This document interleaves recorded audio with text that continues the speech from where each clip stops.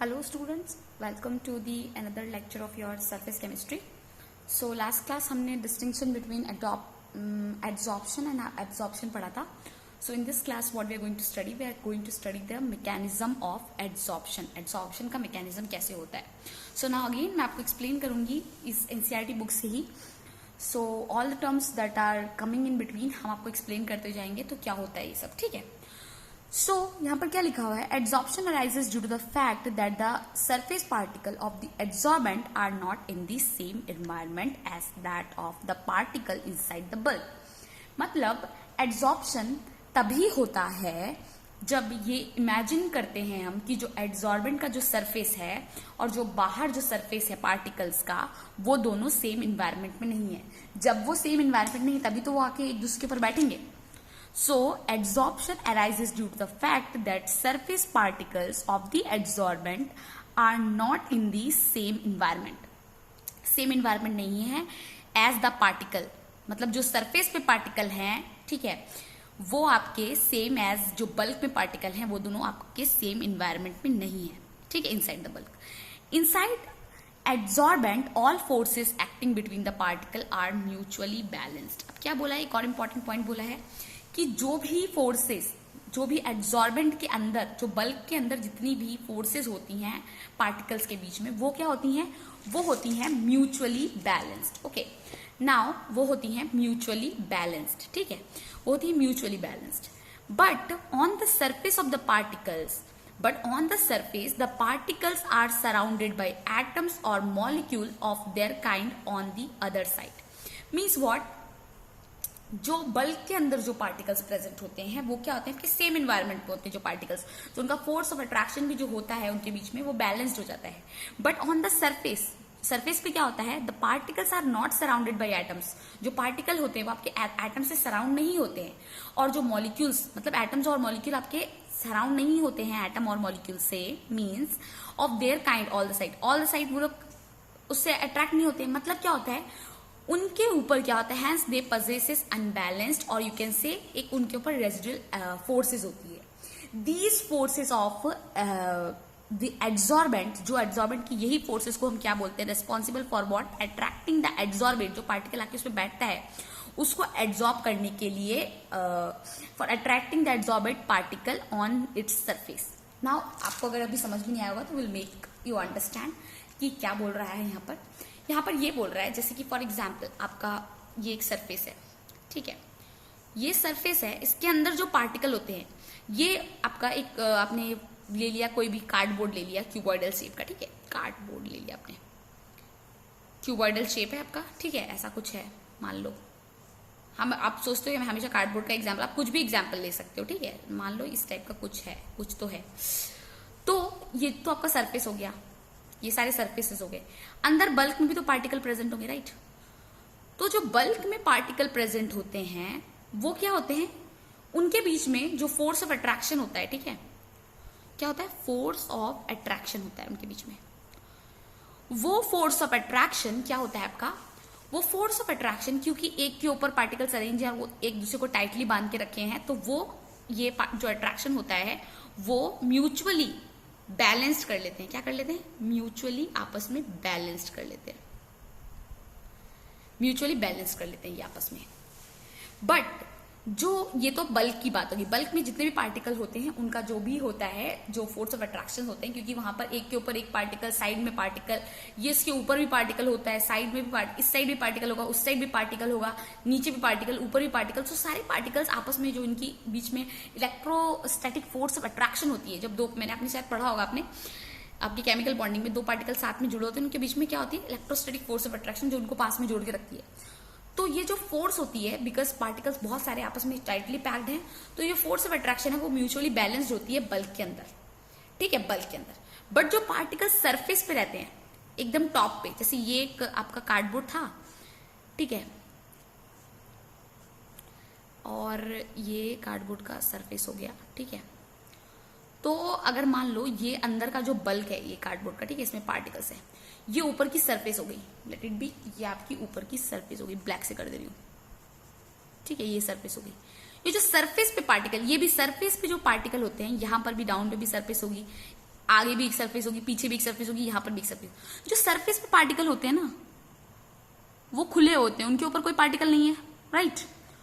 तो जो इनकी फोर्स होती है वो क्या होती है, म्यूचुअली, ये इनकी फोर्स म्यूचुअली बैलेंस नहीं होती। क्यों नहीं बैलेंस होती, क्योंकि सरफेस पे पार्टिकल है, इनके ऊपर तो कोई पार्टिकल है नहीं, तो मतलब इनके बीच में जो फोर्स होती है वो रेस्पॉन्सिबल होती है ताकि यहां पर कोई पार्टिकल आके बैठे, ताकि यहां पर कोई पार्टिकल आके बैठे, ठीक है। किस लिए, कोई पार्टिकल आके यहां पर बैठे, उस फोर्स के लिए रिस्पॉन्सिबल होती है, ठीक है।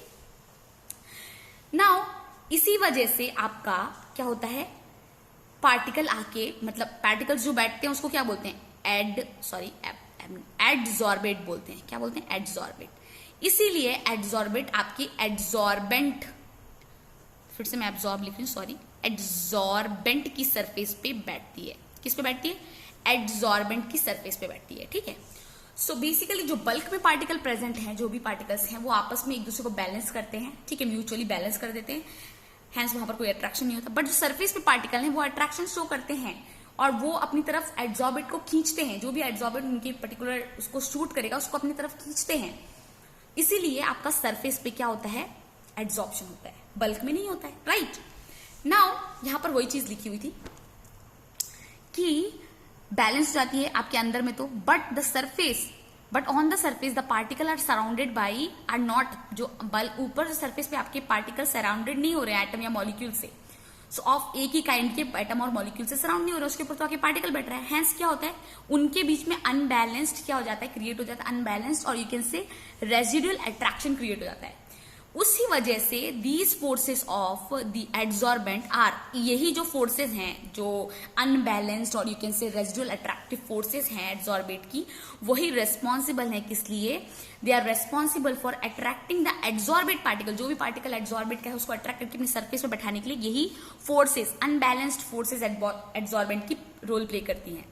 सो ये जो the extent of the adsorption increases with increase in the surface area per unit mass of adsorbent, means कितना ज्यादा आपका क्या होगा, अट्रैक्शन, कितना ज्यादा एक्सटेंट होगा एड्सॉर्प्शन का, जो एड्सॉर्प्शन हो रहा है ना, राइट। यहाँ पर जैसे फॉर एग्जाम्पल एक सरफेस है, उस पर पार्टिकल जब आके बैठ रहे हैं तो उसका एड्सॉर्प्शन हो रहा है, एड्सॉर्प्शन नॉट एब्सॉर्प्शन, एड्सॉर्प्शन हो रहा है।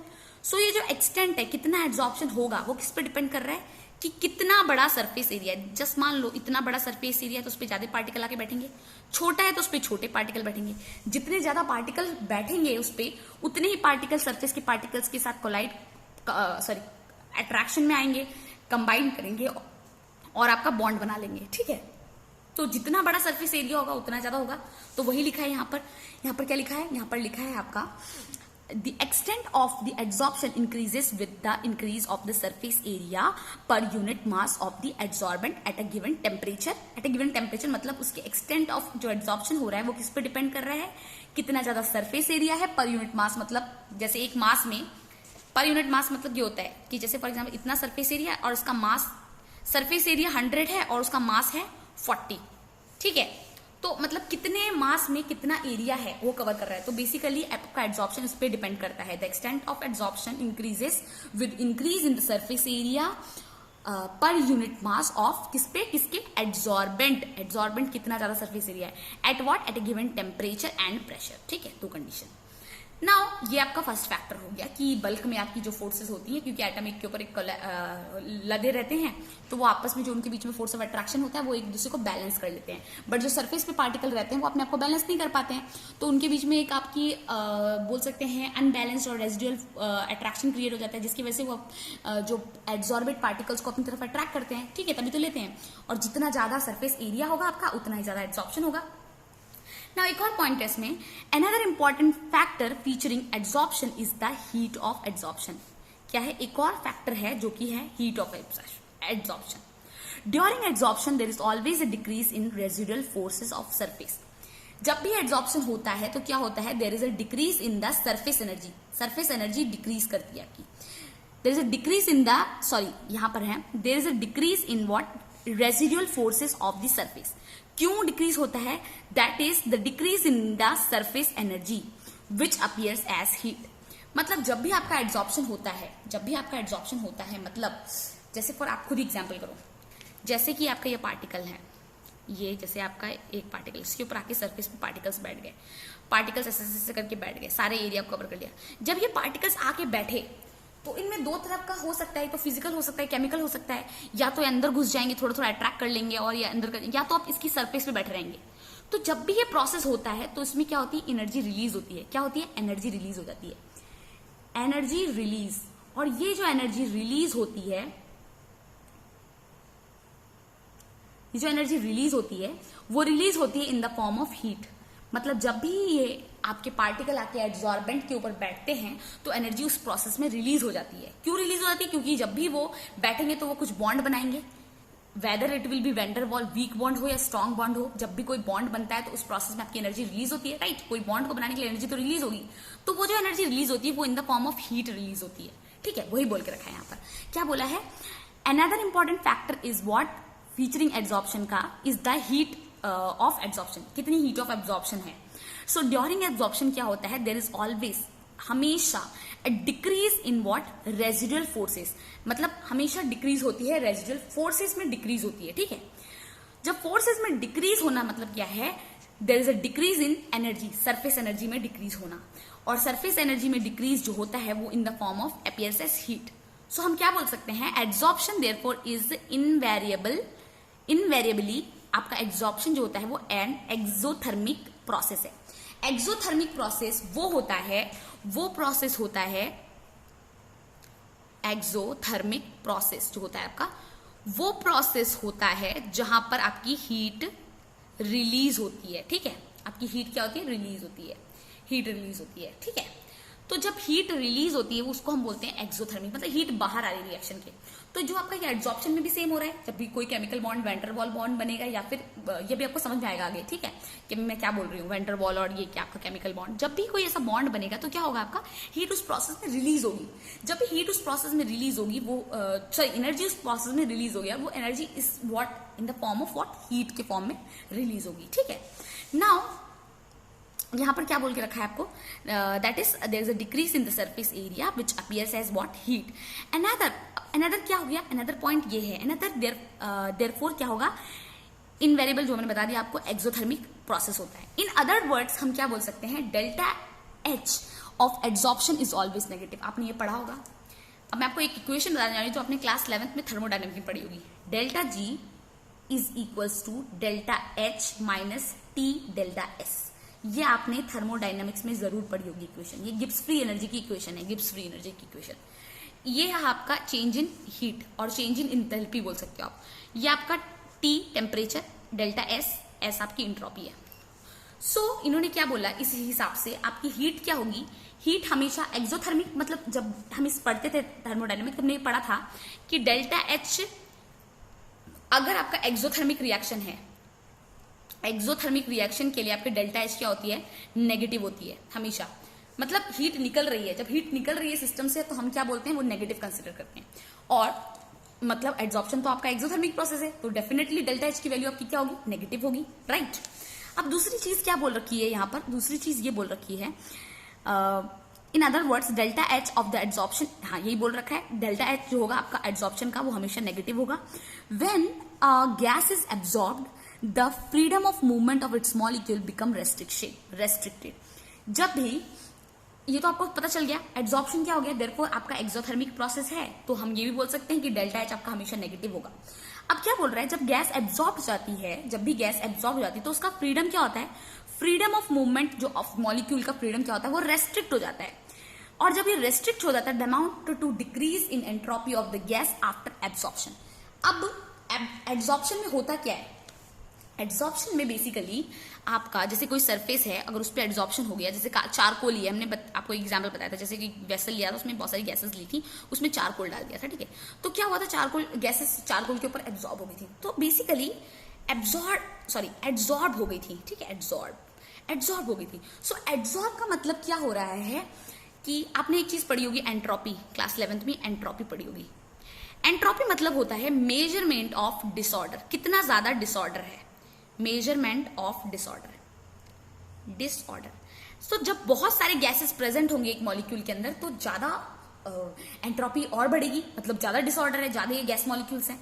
अगर वो गैस मॉलिक्यूल एक सरफेस पे एब्जॉर्ब हो जाते हैं तो ज्यादा गैस मॉलिक्यूल बचेंगे नहीं, नो हैप्पीजार्ड सिचुएशन। तो मतलब क्या होगा, एंट्रोपी कम होगी। और बेसिकली एंट्रोपी क्या होती है, जितना ज्यादा डिसऑर्डर को मेजर करती है।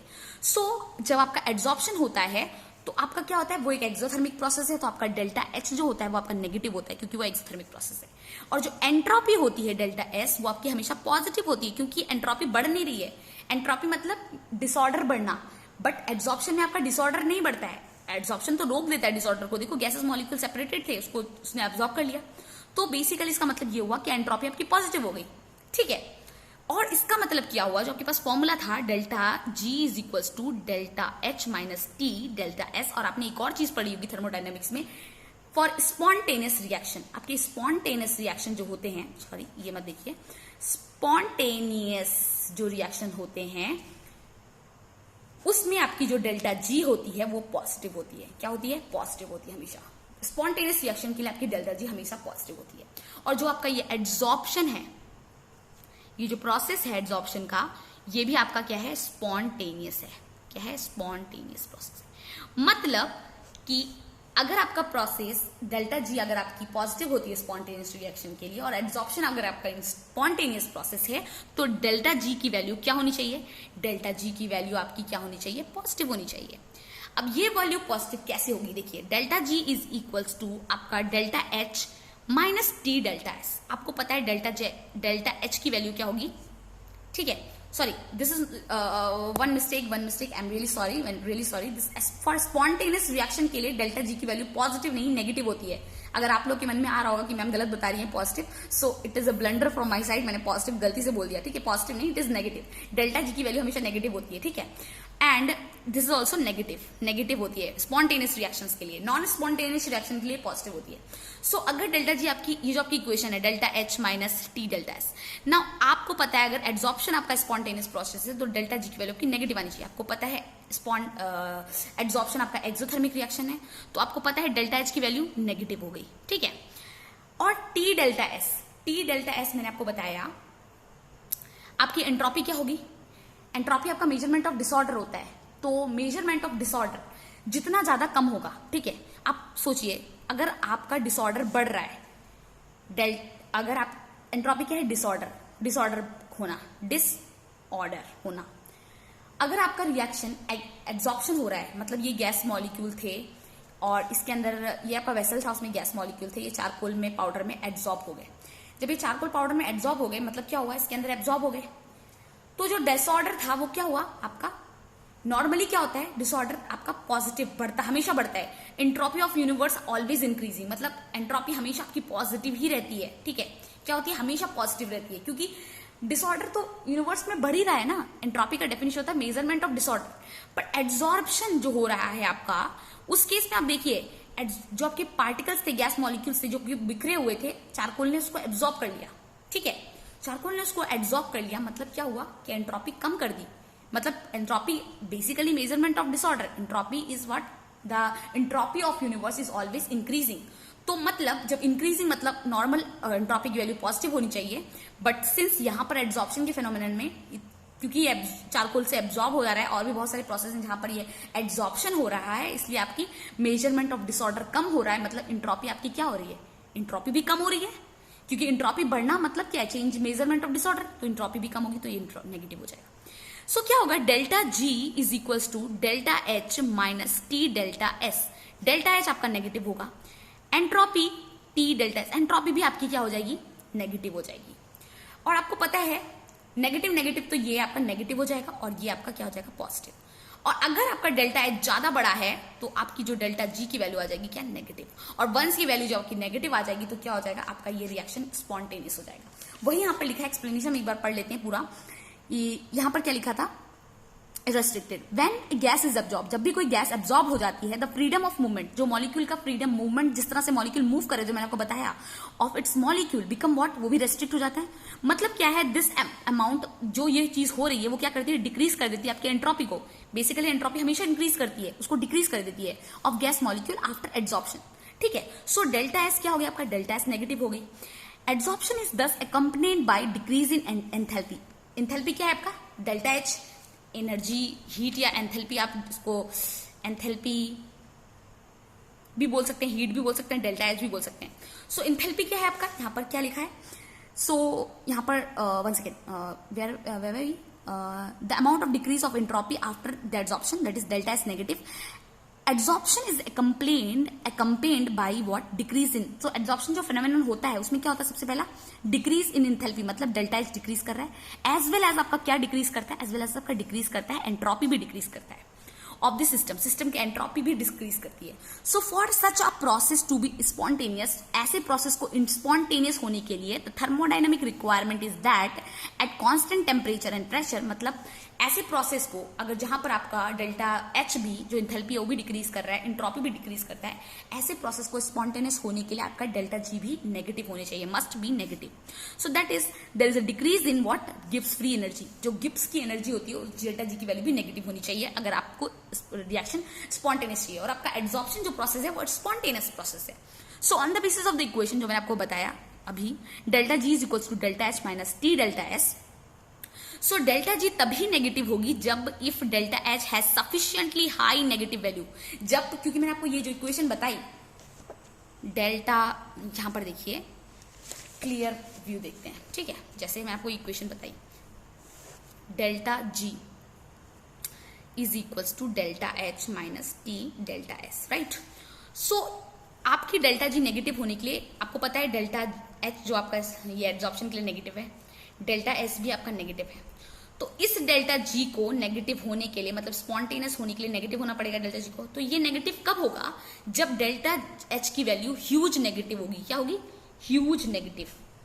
अगर ये ह्यूज नेगेटिव होगी तभी तो ये, अगर बहुत ज्यादा इसकी वैल्यू मान लो 10,000 है, ठीक है, मान लो 10,000 है और इसकी वैल्यू 10 है, तो ये जो रिजल्ट आएगा ये तो माइनस में है, एच की डेल्टा एच आपका जो वैल्यू होगी माइनस में होगी, ये आपकी माइनस में होगी तो भी अगर प्लस में होगी, क्योंकि माइनस माइनस प्लस हो जाएगा तो जो वैल्यू आएगी वो नेगेटिव में आएगी, तो आपकी डेल्टा जी नेगेटिव वैल्यू आ जाएगी, तो आपका स्पॉन्टेनियस रिएक्शन हो जाएगा। तो यही था, ठीक है। अब क्या बोला है यहाँ पर, so on the basis of the equation this delta G can be negative, तभी नेगेटिव होगी if delta H has sufficiently high negative value as delta T S is positive, और डेल्टा टी जो सॉरी आपका minus T delta S जो होगा वो term आपका positive हो जाना चाहिए, जो मैं आपको बताया अभी। नाउ दस इन एन एड्सॉर्प्शन प्रोसेस, जो एड्सॉर्प्शन का प्रोसेस होता है उसमें क्या होता है, विच इज स्पॉन्टेनियस होता है, आपको पता है। A combination of these two factor makes, क्या करते हैं, डेल्टा जी को नेगेटिव बना देते हैं। Delta H minus T delta S दोनों कॉम्बिनेशन, इन दोनों फैक्टर आपको क्या कर देते हैं, डेल्टा जी को नेगेटिव बना देते हैं, और आपका एड्सॉर्प्शन एक स्पॉन्टेनियस प्रोसेस ही होता है। So as the adsorption proceeds, जब एड्सॉर्प्शन होता है डेल्टा एच बिकम लेस, ठीक है, less and less negative, ultimately delta H becomes equals to T delta S and delta G becomes 0 and this is equilibrium attained. Means जब आपका reaction सबसे पहले चालू होता है तो क्या होता है, आपका delta H huge negative value, बहुत ज्यादा नेगेटिव, मैक्सिमम नेगेटिव वैल्यू लेके रहता है, तो आपका जो डेल्टा G होती है वो आपकी नेगेटिव रहती है।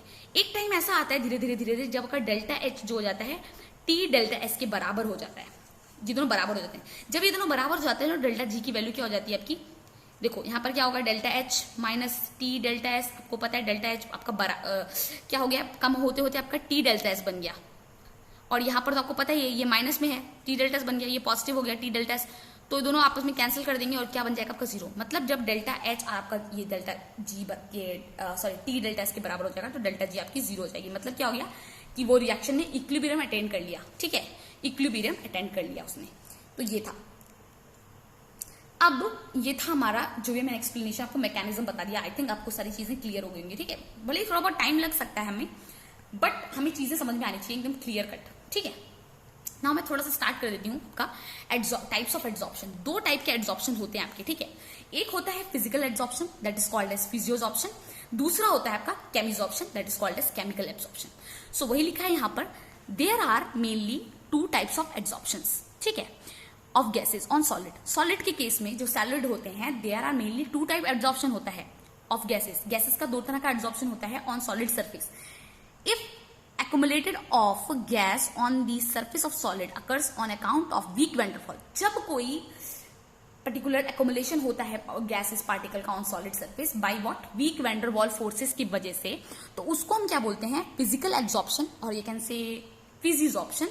और व्हेन द गैस मॉलिक्यूल, जब आपका एक्युमुलेशन होता है गैस मॉलिक्यूल का ऑन सरफेस ऑफ सॉलिड, तो क्या होता है, बाई वीक वैंडरवॉल फोर्सेस की मदद से होता है, ठीक है। ऐसा मतलब कि सिर्फ सरफेस वीक वैंडरवॉल, अब आप सोच रहे हो कि वीक वैंडरवॉल फोर्सेस क्या है, बहुत कोई भी मॉलिक्यूल एक दूसरे से इंटरेक्ट करते हैं तो वो वीक मॉलिक्यूल, मतलब वो जो इंटरेक्शन होता है अगर उसके बीच में कोई स्ट्रॉन्ग फोर्स नहीं लगता उसको हम बोलते हैं वैंडरवॉल फोर्सेस, ठीक है। सो जैसे फॉर एग्जाम्पल एक सरफेस है, ठीक है, इस पे क्या हुआ, आपके मॉलिक्यूल्स आके बैठ गए, और ये मॉलिक्यूल्स आराम से आके बैठ गए, अगर आप थोड़ी सी अगर हीट वीट दे रहे हो तो फट से हट जा रहे हैं, तो ये क्या है, ये वीक वैंडरवॉल फोर्स से अटैच हो गए। सो वीक वैंडरवॉल फोर्स से जब मॉलिक्यूल अटैच होते हैं तो वो होता है आपका फिजिजॉर्प्शन। क्या होता है, फिजिजॉर्प्शन, या फिर आपका फिजिकल एड्सॉर्प्शन भी बोल सकते हैं। और जब मॉलिक्यूल आते हैं इसके ऊपर बैठते हैं और ये जो सरफेस के मॉलिक्यूल के साथ बॉन्ड बनाने लगते हैं, केमिकल बॉन्ड बनाने लगते हैं, क्या बनाने लगते हैं, केमिकल बॉन्ड बनाने लगते हैं, तो उसको हम क्या बोलते हैं, केमिजॉर्प्शन। क्या बोलते हैं, केमिजॉर्प्शन बोलते हैं। क्या बोलते हैं, केमिजॉर्प्शन बोलते हैं इसको। तो वही बोला हुआ है, ये फिजिकल फिजिजॉर्प्शन और आपका केमिजॉर्प्शन क्या है, तो हम इसको थोड़ा सा जल्दी से पढ़ लेते हैं यहां तक। So there are many type, ये तो हम पढ़ चुके थे, ठीक है। अब क्या है, if accumulation of gas on the surface of solid, जब गैस का एक्युमुलेशन सॉलिड के सरफेस पे होता है on account of weak van der Waals forces, तो मतलब वो एड्सॉर्प्शन टर्म होता है आपका फिजिकल एड्सॉर्प्शन या फिर फिजिजॉर्प्शन। दूसरा, व्हेन द गैस मॉलिक्यूल और atom are held to the solid surface, जब गैस मॉलिक्यूल और एटम हेल्ड करते हैं सॉलिड सरफेस पे by what, by a chemical bond, तो उस केस में जो आपका एड्सॉर्प्शन होता है उसको केमिजॉर्प्शन या फिर केमिजॉर्प्शन बोलते हैं। केमिकल एड्सॉर्प्शन या फिर केमिजॉर्प्शन बोलते हैं। द केमिकल बॉन्ड्स, क्या लिखा है, द केमिकल बॉन्ड्स में बी कोवेलेंट, जो आपका केमिकल बॉन्ड बनता है केमिजॉर्प्शन में वो या तो कोवेलेंट हो सकता है या फिर आयनिक। कोवेलेंट मतलब शेयरिंग ऑफ इलेक्ट्रॉन से बने, आपने 11th में पढ़ा होगा, और आयनिक मतलब कोवेलेंट मतलब आपका, हाँ, शेयरिंग ऑफ इलेक्ट्रॉन से बने, और आयनिक मतलब ट्रांसफर ऑफ इलेक्ट्रॉन से बने, ठीक है। दूसरी चीज हमारी दूसरी चीज क्या है, केमिजॉर्प्शन इन्वॉल्व्स, क्या करता है ये आपका, it involves high energy of activation. जो केमिजॉर्प्शन होता है वो रिएक्शन कंप्लीट होने में एक्टिवेशन एनर्जी ज्यादा लेता है। एक्टिवेशन एनर्जी क्या होती है आपकी, आपको पता है, जैसे कि फॉर एग्जांपल एक रिएक्शन ले लिया, यहां से रिएक्टेंट से प्रोडक्ट बनने में जो एनर्जी, मैक्सिमम एनर्जी जो रीच होती है उसको बोलते हैं व्हाट, एक्टिवेशन एनर्जी। एक रिएक्टेंट से प्रोडक्ट बनने के जो मैक्सिमम एनर्जी यूज होती है उसको बोलते हैं एक्टिवेशन एनर्जी। और आपका केमिजॉर्प्शन के लिए, क्योंकि वहां पर केमिकल बॉन्ड बनता है तो एनर्जी ज्यादा लगेगी, तो इसलिए क्या होता है, chemisorption involves a high energy of activation and therefore often referred as activated absorption. क्या बोला जाता है, क्योंकि इसमें ज्यादा एक्टिवेशन एनर्जी यूज होती है इसलिए इसको एक्टिवेटेड एब्जॉर्प्शन भी बोला जाता है, ठीक है। Sometimes these two processes occur simultaneously. कभी कभी ये दोनों फिजिजॉर्प्शन केमिजॉर्प्शन अकर करते हैं, साइमल्टेनियसली हो जाते हैं, ठीक है, एक साथ में हो जाते हैं। And it is not easy to ascertain the type of adsorption, और हमारे लिए बताना बहुत डिफिकल्ट हो जाता है कि कौन सा एड्सॉर्प्शन है और कौन सा फिजिजॉर्प्शन है, कौन सा केमिजॉर्प्शन है। So if physical adsorption at low temperature may be pass into chemisorption at the temperature is high increase. Means अगर आपके पास एक कंपाउंड पर्टिकुलरली कभी कभी एक आपका फिजिजॉर्प्शन और केमिजॉर्प्शन दोनों शो करता है, तो इसका तरीका कैसा है बताने के लिए, कैसे बता सकते हैं कि ये पर्टिकुलर आपका फिजिजॉर्प्शन है, ये पर्टिकुलर आपका केमिजॉर्प्शन है। अगर एक कंपाउंड आपका, मतलब अगर एक कोई सरफेस आपका दोनों कर रहा है, फिजिजॉर्प्शन भी कर रहा है, केमिजॉर्प्शन भी कर रहा है, तो बेसिकली कैसे पता कर सकते हैं कि कब वो फिजिजॉर्प्शन कर रहा है, कब वो केमिजॉर्प्शन कर रहा है, जब आपका टेम्परेचर लो है, ठीक है, टेम्परेचर लो है, ठीक है। सो जब टेम्परेचर लो है तो क्या होता है, ये टेम्परेचर जब लो है तो क्या होता है आपका, ये फिजिजॉर्प्शन होता है। और जैसे ही टेम्परेचर क्या करेंगे, हम बढ़ा देंगे, मतलब टेम्परेचर हाई कर देंगे, तो वो आपका कन्वर्ट हो जाएगा व्हाट, केमिजॉर्प्शन में।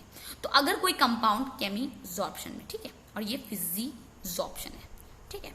सो अगर कोई कंपाउंड, थोड़ा सा मैं शॉर्ट में लिख रही हूं, ठीक है, ताकि वो समझ में आ जाए, जल्दी जल्दी बढ़ा रही हूँ। सो नाउ अगर कोई आपका एब्जॉर्प्शन है और अगर आपका ये बता रहा है कि आपका कौन सा, जैसे कि फॉर एग्जांपल आपका ये था, if physisorption is at low temperature may pass into chemisorption as the temperature is increased, तो आपका एक फिजिजॉर्प्शन आपका केमिजॉर्प्शन में कन्वर्ट हो जाता है जब आपका टेम्परेचर इंक्रीज करता है। For example what, dihydrogen is first absorbed, जैसे आपका एक डाइहाइड्रोजन है, डाइहाइड्रोजन क्या होता है, वो फर्स्ट एब्जॉर्ब होता है निकल के सरफेस पे, बाय वीक वैंडरवॉल फोर्सेस की वजह से वो एब्जॉर्ब हो जाता है, ठीक है, निकल के सरफेस पे, ये आपका फिजिजॉर्प्शन है। Molecules of hydrogen then dissociated to form hydrogen atom which are held on the surface by chemisoption। मतलब एग्जाम्पल क्या है इसका, डाइहाइड्रोजन आपका एक डाइहाइड्रोजन मतलब को पता है, डाइहाइड्रोजन मतलब क्या, H2, ठीक है, H2। सो क्या बोला हुआ है, dihydrogen the first, dihydrogen is first, मतलब डाईहाइड्रोजन फर्स्ट आपका एब्जॉर्ब होता है ऑन निकिल। जैसे ये निकिल की सरफेस है, ये निकिल की सरफेस है, आपका जो डाईहाइड्रोजन H2 है, ये क्या होगा, इसकी सरफेस पे एब्जॉर्ब हो जाएगा बाई व्हाट, फिजिजॉर्प्शन। फिजिजॉर्प्शन मतलब कोई बॉन्ड नहीं बना रहा है, बस वीक वैन डर वाल फोर्स की वजह से यहां पर रह गया है। नाउ अगेन क्या होगा, जैसे टेम्परेचर इंक्रीज करेगा, ये आपका क्या था, फिजिजॉर्प्शन का एग्जांपल। दूसरा example, molecules of hydrogen then dissociate to form hydrogen atom. अब ये जो मॉलिक्यूल्स हैं, ये H2 मॉलिक्यूल्स हैं, ये मॉलिक्यूल्स डिसोसिएट होके H हाइड्रोजन एटम बना रहे हैं। तो ये किस लिए कैसे हो रहा है, ये आपका हो रहा है केमिजॉर्प्शन से। क्या हो रहा है, केमिजॉर्प्शन से। इसकी सरफेस पे आ गए hydrogen molecule, that is a फिजिजॉर्प्शन।